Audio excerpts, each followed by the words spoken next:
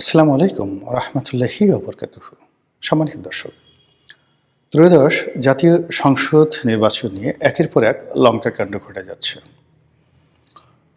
এই মুহূর্তে যা ঘটছে তা আগামীতে কি ফলাফল বয়ে নিয়ে আসবে সেটি পরের বিষয়। প্রথম দিক হলো যে যা কিছু ঘটছে এই বাংলায়, আমার জীবদ্দশায় আমি এটা কখনো দেখিনি। আমার আব্বা দেখেছেন কিনা আমি বলতে পারবো না, আমার দাদাও দেখেছেন কিনা ব্রিটিশ জমানাতে তাও বলতে পারবো না। সেটি হলো যে আমাদের দেশে কতগুলো নির্বাচন হয়েছে, যুগান্তকারী নির্বাচন। যেমন 1954 সনের নির্বাচনটি ইতিহাসের পুরো কোর্স অফ অ্যাকশন চেঞ্জ করে দিয়েছিল। আরেকটি নির্বাচন হয়েছিল 1970 সনে। আমাদের এই ভূখণ্ডের নির্বাচনের যে প্রায় 100 বছরের ইতিহাস, সিটি কর্পোরেশন দিয়ে যে নির্বাচন হয়েছে 100 বছরের আগে, ঢাকা সিটি কর্পোরেশন ব্রিটিশ জামানাতে। তো সেই যে নির্বাচনের সুদীর্ঘ ইতিহাস, সেই ইতিহাসের মধ্যে 1954 এবং 1970 এই দুটো নির্বাচনের ফলে পুরো রাজনীতি উলটপালট হয়ে গিয়েছিল। এই দুটো নির্বাচনের ফলে পুরো রাজনীতির যে বিধি ব্যবস্থা সেটিও উলটপালট হয়ে গিয়েছিল। রাজনীতিবিদদের মেরুদণ্ড ভেঙে গিয়েছিল। রাজনীতির লোভ লালসা কামনা বাসনার কাছে জনগণের দাবি, জনগণের আশা আকাঙ্ক্ষা, স্বপ্ন, ভালোবাসা সবকিছু তছনছ হয়ে গিয়েছিল। 1954 নির্বাচনের ব্যর্থতার রেশ ধরে আমাদের দেশে সেই পাকিস্তান জমানাতে সেই সামরিক শাসন অনিবার্য হয়ে পড়ে এবং প্রায় 10টি বছর আইয়ুব খানের পরে ইয়াহিয়া খান, এবং সেই ইয়াহিয়া খানের জমানাতে যে মহান মুক্তিযুদ্ধ, সেই মুক্তিযুদ্ধের পর আমরা যে রাষ্ট্র কাঠামো পেলাম, যে সরকার পেলাম, এবং যাদেরকে রাষ্ট্র পরিচালনার জন্য রাজনৈতিক ব্যক্তিত্ব হিসেবে পেলাম, তারা ছিলেন অনভিজ্ঞ, অপ্রস্তুত, এবং রাষ্ট্রীয় যে সমস্যা সেই সমাধানের ব্যাপারে তাদের যে অদক্ষতা, এটি আমাদের দুর্ভোগ এবং দুর্দশা এমনভাবে বাড়িয়ে তুলেছিল, যার ফলে 1974 সনের দুর্ভিক্ষ এবং 1975 সনের 15ই আগস্টের রাজনৈতিক হত্যাকাণ্ড অনিবার্য হয়ে পড়েছিল। আমি এ দুটো নির্বাচনকে যদি প্রাইমা ফেসি ধরি, আর 2026 সনে যে ত্রয়োদশ জাতীয় সংসদ নির্বাচনের যে তোড়জোড় দেখছি, এবং সেই নির্বাচনকে কেন্দ্র করে বাংলাদেশে যা কিছু হচ্ছে এই মুহূর্তে, তা অতীতে যে 70 নির্বাচন কিংবা 54 নির্বাচনের যে করুণ পরিণতি, তার সাথে আরও ভয়াবহ করুণ পরিণতির দিকে আমরা এগোচ্ছি। একটা একটা করে বলি। আমাদের দেশে অনেকগুলো ছোট ছোট রাজনৈতিক দল দীর্ঘদিন ধরে তারা রাজনীতি করছে। কেউ হয়তো চাঁদা তুলছে, কেউ খুব কষ্ট করে বিভিন্ন মানুষের কাছ থেকে, যাকে বলে চেয়ে চিনতে, দল চালাচ্ছে। আবার কেউ নিজেদের জায়গা, জমি, সম্পত্তি বিক্রি করে সেই 100-150 লোক নিয়ে তারা বছরের পর বছর, যুগের পর যুগ রাজনীতি করতে করতে জীবন শেষ করে দিচ্ছে এবং মনে করছে এটাই তাদের সফলতা এবং এটাই তাদের নীতি এবং নৈতিকতা। তো এই যে বাংলাদেশে প্রায় নিবন্ধিত 100-র উপরে দল আর অনিবন্ধিত প্রায় 200-250 দল, এমন দলও আছে যে দলে 2-3 জন নেতা, তারাই কর্মী, তারাই সব কিছু। যেমন দেখা গেল বাংলাদেশ অমুক পার্টি, একজন সভাপতি, একজন সেক্রেটারি, এতেই তারা খুশি। তো এই যে কালচারটি রয়েছে, বহু মত বহু পথ, রাজনীতির আশা আকাঙ্ক্ষার যে চিন্তা চেতনা, এটি একমুখী হয়ে গেছে। আওয়ামী লীগ জামানাতে তবু বিএনপি ছিল, অ্যাক্টিভ ছিল না, জামাত ছিল, অ্যাক্টিভ ছিল না, কিন্তু ছিল, বড় রাজনৈতিক দল ছিল। আর এখন বিএনপির সাথে বিট করার মতো কোনো রাজনৈতিক দল নেই। বিএনপি সত্যিকার অর্থে আসলে এখন সহ্য করছে, কিন্তু বিএনপি যে যদি রাগ করে, জিদ করে যে আমি এখন রাজনীতির ময়দান ফাঁকা করে দেব, পিটিয়ে একজনের একেবারে পিঠ লাল করে দেব, এটা বিএনপির পক্ষে সম্ভব। সোভিয়েত রাশিয়ার পতনের পর বা সোভিয়েত ইউনিয়নের পতনের পরে মার্কিন যুক্তরাষ্ট্র যেভাবে একক পরাশক্তি হয়ে গেছে, সেই একক পরাশক্তির মতো এখন বিএনপির অবস্থা তাই হয়ে গেছে। এবং বিএনপির অবস্থা হয়ে গেছে সেই সিন্ধু নদের মতো। হে ক্ষুদিত বন্ধু মোর, তৃষিত জলধি, এত জল বুকে নাহি তব তৃষ্ণার অবধি। কত নদী উপনদী তব পদে করে অন্তদান, বুভুক্ষ তবু কি ভরিল না প্রাণ। কবি নজরুলের সে বিখ্যাত সিন্ধু কবিতা। এটা বললাম এই কারণে যে নির্বাচনের তফসিল অনুযায়ী মনোনয়নপত্র জমা দেওয়ার শেষ তারিখ 29শে ডিসেম্বর 2025। এটাকে কেন্দ্র করে বিএনপি যে রাজনীতির সমীকরণ করছে, এতে অনেকগুলো দল, বহু দিনের পুরনো দল, তারা তাদের যাকে বলা হয় অস্তিত্ব বিলীন করে বিএনপির একটা মনোনয়নের জন্য সদল বলে বিএনপিতে যোগদান করেছে। এটার ফলাফল ভালো হবে না। 2 নম্বরে হলো যে অনেকগুলো দল ভাঙনের মুখে, যেমন এলডিপির জেনারেল সেক্রেটারি অলিহাদ সাহেবকে ছেড়ে চলে আসছে এখানে। আবার এলডিপি 2 সাদাত হোসেন সেলিম সাহেব ছিলেন, তিনি তার দলকে এলডিপি 2 সেটাকে ব্যান্ড করে বিএনপির একটা মনোনয়ন নিয়ে সেখানে উপস্থিত। আর এই কাজটি যে অনেকে করেছেন মূলত ধানের শীষ প্রতীক পাওয়ার জন্য। নির্বাচনের যে মাঠ, সেখানে ধানের শীষ না থাকলে প্রশাসনের নজর পাওয়া যাবে না, নেতাকর্মীদের প্রোটেকশন থাকবে না, এবং বিএনপি যারা বিদ্রোহী প্রার্থী, তারা ধানের শীষ প্রতীক না থাকলে বিদ্রোহী প্রার্থীর পক্ষেই দলীয় নেতাকর্মীরা লম্ফজম্প করবে এবং মাঠে রাজত্ব করে বেড়াবে। সেখানে যারা সমঝোতার ভিত্তিতে নিজ প্রতীক নিয়ে সেখানে নির্বাচন করবেন, তাদের জয়লাভের সম্ভাবনা শূন্য। এই জন্য অনেকে নিজেদের দল বিলীন করে দিয়ে বিএনপিতে যোগদান করেছে।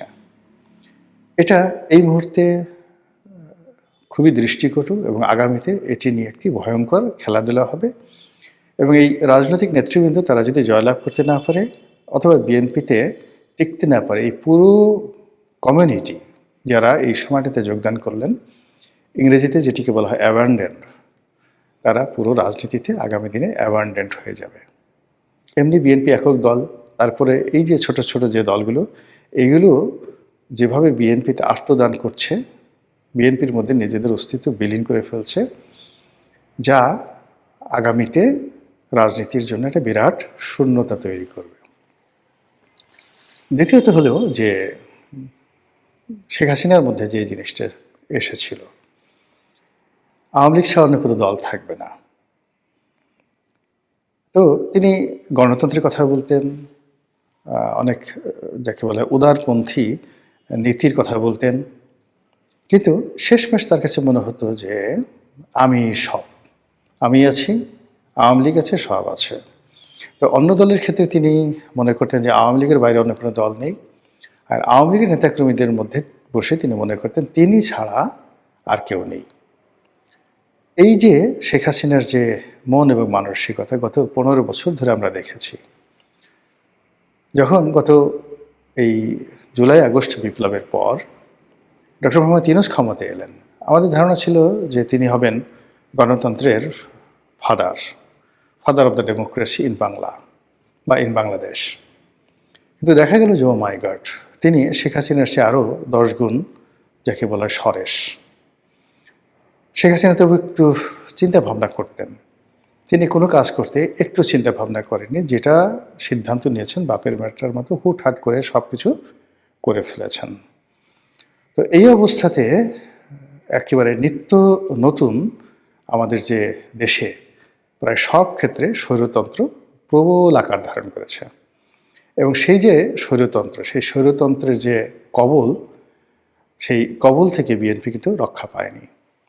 বিএনপির নেতাকর্মী যারা আছেন, তারা সেই গত 15-16 বছর ধরে রাস্তাঘাটে কত দুর্ভোগ দুর্দশার মধ্যে পড়েছেন, কিন্তু ইদানিং তাদের আচার আচরণ, চাল চলন, কথাবার্তা আওয়ামী লীগের যারা লোকজন রয়েছেন তাদের আব্বা হুজুরের চাইতেও স্ট্রং, মানে শক্তিশালী হয়ে পড়েছে। এবং এখানে একটা খবর আপনারা অনেকেই দেখেছেন, এলডিপির বর্ষিয়ান সভাপতি বাংলাদেশের রাজনীতিতে আমার কাছে মনে হচ্ছে যে কয়জন শীর্ষ ব্যক্তিত্ব রয়েছেন, বয়স্ক লোক রয়েছেন, ডক্টর কামালের পরে সম্ভবত কর্নেল ওলি সবচেয়ে সিনিয়র ব্যক্তি। তো এই ভদ্রলোক সুস্থ আছেন, সবল আছেন। তিনি সেই যুগপৎ আন্দোলন করে যাচ্ছিলেন বিএনপির সঙ্গে দীর্ঘদিন ধরে। কর্নেল ওলির সাথে বিএনপির সম্পর্ক সেই উনি এলডিপি প্রতিষ্ঠা করার পর থেকেই খারাপ গেছে, কিন্তু বিএনপির যখন খুব দুঃসময়, তখন আবার কর্নেল ওলি যখন সামনে এগিয়ে গেছেন, তখন বিএনপি তাকে বন্ধু হিসেবে নিয়েছে। বিপদের সময় সবার আগে কর্নেল ওলি কিন্তু এগিয়ে গেছেন। তো সেক্ষেত্রে বিএনপির বিপদের সময় কিন্তু আরও একজন যিনি ছিলেন বি চৌধুরী, তিনি কিন্তু যাননি। বরং বেগম জিয়া যখন সুস্থ ছিলেন, তখন তিনি একদিন কোনো রকম নোটিশ না দিয়ে তিনি ডক্টর বি চৌধুরীর বাসায় চলে গিয়েছিলেন। তো বি চৌধুরীর বাসায় চলে গেছেন, বি চৌধুরী নিজেও জানেন না। এর কারণ হলো ওই সময়টাতে রাজনীতির ঐক্যটা বেগম জিয়ার জন্য এত বেশি দরকার ছিল, তিনি যে কোনো মূল্যে বিএনপির যারা বিভিন্ন সময়তে খুব অ্যাক্টিভ ভূমিকা পালন করেছেন তাদের সঙ্গে একটা সমঝোতা তিনি করতে চেয়েছিলেন, কিন্তু সেটা বি চৌধুরীর সঙ্গে তার সেটা করা হয়নি। পরবর্তীতে এই ঘটনার একদিন বা 2 দিন পরে ডক্টর বি চৌধুরীর সঙ্গে আমার দেখা হলো একটা অনুষ্ঠানে, অনেকক্ষণ কথাবার্তা। উনি আমাকে অতিশয় স্নেহ করতেন। তো তিনি বলে যে, রনি, হাতটা ধরে বললেন যে, আমাকে একটু বলো তো, আমার তো বয়স হয়ে গেছে, কথা নাই বার্তা নেই, সেই বেগম জিয়া কেন আমার বাসায় গেলেন? আমার স্ত্রী তো আমাকে রীতিমতো সন্দেহ করছেন যে আমি আবার বিএনপিতে যোগদান করছি কিনা। আদারওয়াইজ আমাকে বা আমার পরিবারকে বিএনপি যে অপমান করেছে, যে কষ্ট দিয়েছে, তো সেই কষ্টের পরে হঠাৎ করে কোনো কথা নাই বার্তা নাই, তিনি কাউকে না জানিয়ে আমার বাসায় কেন গেলেন? আমি বললাম যে, স্যার, তিনি কি আপনার সঙ্গে কোনো কথাবার্তা বলেনি? আমি তো আসলে স্যার না, যেহেতু মাহির সঙ্গে আমার একটা ভালো সম্পর্ক, আমি চাচা ডাকতাম। যে, চাচা, আপনাকে কি আসলে কোনো টেলিফোন করেনি বা কোনো কিছু বলেনি? তিনি বললেন, বিশ্বাস করো বাবা, আমি আসলে সত্য কথা বলছি, কিচ্ছু আমি জানি না। তো এরকম পরবর্তীতে বি চৌধুরী কিন্তু আসেননি। এবং আপনাদের মনে আছে 2018 সনে সেই বি চৌধুরীকে নিয়ে, ডক্টর কামালকে নিয়ে যে একটা বিরাট ঐক্য হওয়ার কথা ছিল, সেই ঐক্যটা শেষমেশ এসে ডক্টর কামাল বা বি চৌধুরী সেটা হয়নি। কেন হয়নি এটা নিয়ে অনেক কাহিনী আছে। তো ওই সময়টিতে যখন সব মানুষের কাছে বেগম জিয়া গিয়েছেন, অনেকে ডেকেছেন, অনেকে সাড়া দিয়েছেন, অনেকে দেননি, ঠিক সেই সময়টিতে স্বতঃস্ফূর্তভাবে স্বপ্রণোদিত হয়ে কর্নেল ওলি কিন্তু সেখানে গিয়েছিলেন এবং বিএনপি ওই সময়টাতে খুব কৃতজ্ঞ চিত্তে তাকে নিয়েছিল। এবং 2018 সনে যে নির্বাচন, সেই নির্বাচনের সময় কর্নেল ওলিকে তারা জোট সঙ্গী হিসেবে গ্রহণ করেছিল, কিন্তু নির্বাচনের পরে আবার সেই জোট বিএনপি ভেঙে দেয়। কিন্তু পরবর্তীতে আবার যখন পরিস্থিতি সঙ্গীন হয়ে পড়ে, তখন আবার এলডিপির সঙ্গে, অর্থাৎ বি চৌধুরীর না, ওই বি চৌধুরী তো আসেনি, মাহি বি চৌধুরীও আসেনি, এলডিপির সঙ্গে তাদের একটা ভালো সম্পর্ক হয়। কিন্তু এখানে সেই যে শেখ হাসিনার মতো চাণক্য নীতি বিএনপি গ্রহণ করে, সেটা হলো কর্নেল ওলির সঙ্গে তাদের একটা সম্পর্ক, তারা এক পক্ষ যোগাযোগ রাখার চেষ্টা করেছে, আর অন্য পক্ষ এই এলডিপি ভাঙার জন্য তারা প্রাণান্ত চেষ্টা করেছে। তার প্রেক্ষিতে এলডিপির যিনি নেতা ছিলেন, অন্যতম শীর্ষ নেতা সাদেত হোসেন সেলিম, তাকে ভাগিয়ে আর একটা ভিন্ন রাজনৈতিক দল এলডিপি, সেই নতুন এলডিপি করার জন্য বিএনপির পক্ষ থেকে মদত দেওয়া হয়। এবং তারেক রহমান সাহেবের সঙ্গে জনাব সাদেত হোসেন সেলিমের যে একটা সম্পর্ক, এটি কর্নেল ওলিকে ভীষণ রকম বিক্ষুব্ধ করে। কিন্তু তারপরেও দাঁতে দাঁত চেপে তিনি প্রাণবন্ত চেষ্টা করেছেন রাজনীতির সঙ্গে সামঞ্জস্য রেখে বিএনপির সাথে সম্পর্ক চালিয়ে যাওয়ার জন্য। কিন্তু এই যে 2025 সনের এই নির্বাচনের পূর্ব মুহূর্তে দেখা গেল যে এলডিপি আর এক দফা অপমানের মধ্যে পড়ল। প্রথম অপমান, এলডিপির সাধারণ সম্পাদক জনাব রেদওয়ান আহমেদ, সাবেক এমপি, সাবেক মন্ত্রী, তো তাকে দায়িত্ব দেওয়া হয়েছিল বিএনপির সঙ্গে সমঝোতা করার জন্য। তিনি উল্টো এমন সমঝোতা করেছেন, এলডিপি ছেড়ে বিএনপিতে যোগদান করেছেন, শাহজাহান উমরের মতো, যেভাবে শাহজাহান উমর আওয়ামী লীগে যোগদান করেছিল। এটা বিএনপির দরকার ছিল না। দ্বিতীয়ত, নির্বাচনী সমঝোতার বিষয়ে কথা বলার জন্য জনাব কর্নেল ওলি তিনি মির্জা ফখরুল ইসলাম সাহেবের সঙ্গে দেখা করতে গিয়েছিলেন। তিনি অভিযোগ করেছেন কর্নেল ওলি যে আমি 2 ঘন্টা বসেছিলাম, অপেক্ষা করেছি, আমার সঙ্গে দেখা করেনি। তো বাংলাদেশে আসলে কর্নেল ওলি বা মির্জা ফখরুল সাহেব দুজনই ভদ্রলোক মানুষ, সম্মানিত মানুষ, এবং এই দুজনের ব্যক্তিগত সম্পর্ক অনেক ভালো পর্যায়ে। সেখানে যে কোনো অবস্থায় ধরুন কর্নেল ওলি একেবারে কিছু নাই, এবার ধরুন মির্জা ফখরুল সাহেব কিছু নাই, কিন্তু তাদের মধ্যে একটা সৌহার্দ্যপূর্ণ যে সম্পর্ক, সেখানে কর্নেল ওলির অবস্থান অনেক অনেক ঊর্ধ্ব স্তরে। তিনি একজন বীর মুক্তিযোদ্ধা, তিনি একজন বীরুত্তম, স্বাধীনতা ইতিহাসে কিংবদন্তি, তিনি সাবেক মন্ত্রী, জিয়াউর রহমান সাহেবের প্রথম এডিসি, আর কত কি অসংখ্য পরিচয়। বেগম জিয়ার সঙ্গে, আর যদি বেগম জিয়া সুস্থ থাকেন তাহলে দেখতেন তার সঙ্গে অত্যন্ত সম্পর্ক ছিল কর্নেল ওলির সাথে।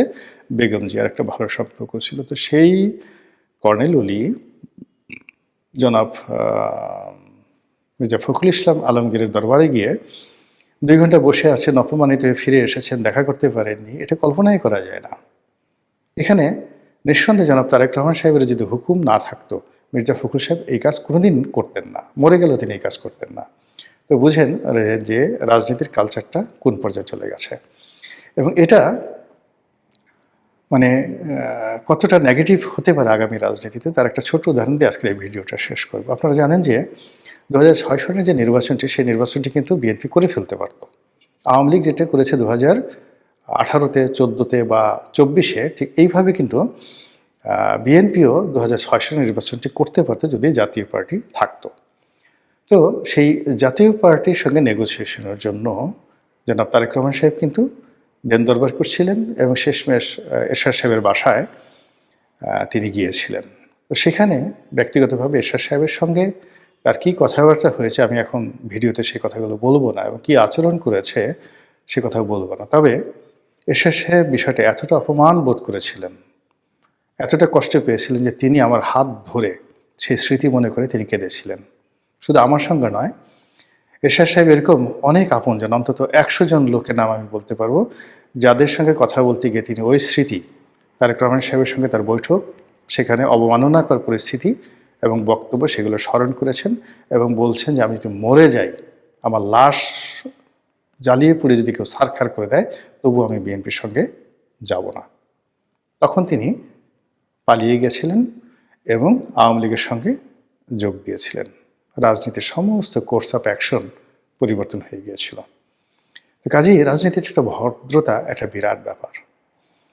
এই সময়টিতে বিএনপি মিত্র সংগ্রহ করতে গিয়ে, আবার কাউকে সম্মানিত করতে গিয়ে যাকে যাকে অসম্মানিত করেছেন, কারো ইন্টেলেকচুয়াল লেভেলে, কারো হৃদয়ে, কারো মস্তিষ্কে, কারো অর্থ, কারো বৃত্তে, এই শক্তিগুলো যদি এক হয়ে যায়, তাহলে একবার সিলেটের যে ছক্কা ছয়ফুরের ঘটনা ঘটেছিল, আমাদের রাজনীতিতে আবার একটি ছক্কা ছয়ফুর ঘটার আলামত স্পষ্ট হয়ে উঠবে। মহান আল্লাহ আমাদের সবাইকে হেদায়েত দান করুন এবং হেফাজত করুন। আসসালামু আলাইকুম ওয়া রাহমাতুল্লাহি ওয়া বারাকাতুহু।